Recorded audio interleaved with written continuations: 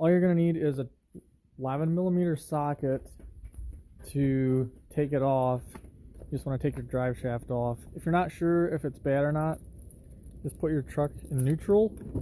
That way the drive shaft can move. Clanking noise when I put it from drive to reverse or the other way around. And so I put it in neutral now, and if you can hear that clanking noise, it's definitely coming from right here. I can actually see the play in it. It's just very slight, but there's definitely play there. I'm using my 11mm ratchet and extension, and I took this one off and I loosened this one so I can move it to the side, and I should be able to get that out. And then the top ones, I took this one out, but this one I couldn't get to because the drive shaft angles upward, so I couldn't get in there with my ratchet. You could get in there with a wrench. So what I'm doing is I just took a jack and jacked up this one side so I can spin the wheel. So now I'm just going to spin it so it turns to my side so I can get to it very easy. So right now now it's the bolts down here. But if you don't have a jack, then you can just use a wrench and you'll be able to get to it and get it off. That gets to the side, and then I can just pull. I should be able to just pull it out. So I just pull forward on it, and I'm just gonna set it to the side. And this thing here, you shouldn't be able to move it back and forth. I mean, you should be able to turn it a little bit. That's normal, but you shouldn't be able to like move it back and forth this way. So if you move it back and forth like this way, then your bearing's bad. This is like a long bed extended cab, so it has a center support bearing up here, and then it also has a smaller drive shaft. So I mean, while you're checking this one, you can also check your U-joint up here, which I already did, and you can also check your bushing here. These go bad all the time. These rubber bushings in here go bad, so make sure that this thing's not loose here. But otherwise, just pull your drive shaft out, and it doesn't matter whatsoever which way it goes in, because yeah, it just doesn't matter. It'll be balanced no matter what. So when you go to put it back in, just put the top in, slide the top in, and then just turn your wheel until the bottom lines up, and then just pull it back on.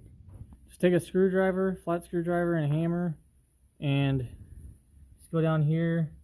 You got two clips, one here and over here. I already popped this one off, but just take your screwdriver and hammer right here a little bit, and then hammer right here a little bit, and it'll pull the clip out, and then you can just go underneath here in the middle and just pop it up.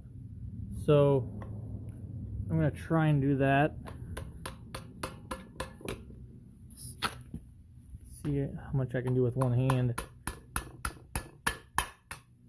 I usually use a hammer to hammer the screwdriver, but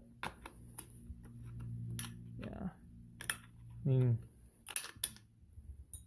okay, and there goes the clip. You get this thing to go on through. Usually you got to do like one side and then the other side. So okay, so I couldn't do it with one hand, but it took like, I don't know, 6 hits or something to push it down. Now it's all the way down. It only goes that far. So now just take this bottom piece off. Just go down and pull that off. And also, if you want to save this thing or anything, you want to make sure you don't let there's rollers inside of here. You don't want to let those fall out. I should be able to get it out. And now I can just pull it up and pull it out. And now I just need to push this thing out, which I can use a screwdriver or washer or whatever. Just pretty much any kind of punch. Set it in there. Just shove it out. It helps to grease the inside of here when you put the new ones in, but I mean, you don't necessarily have to. It's not like a moving part. It just goes in there and then it stays there, like it compresses in there. So I like to clean it good. I'll just get a rag and clean it. and then I'll be ready to put the new one in. These two are smaller than these two, so these are bigger than these. Usually, most of the time, they're all the same size, so just keep that in mind first. So I'm just going to push that up and push the bottom one up in there. I mean, it should go a little hard, but not too extremely hard. And then the top one, the grease does hold them in there, those roller things.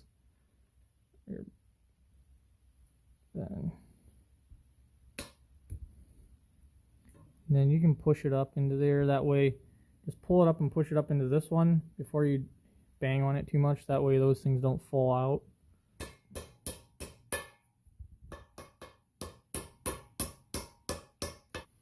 Hitting, then you just go in, you line it up with that groove, and then it helps to go like this and push it into the groove a little more. Just make sure it's tight in there because you don't want it falling out, obviously. Just force it into that groove there.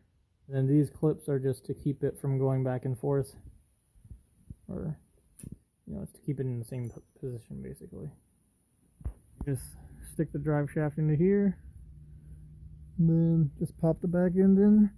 I got the truck in neutral, so I mean I can turn the drive shaft also, so I mean either way it's not very hard to get lined up. Go back in there.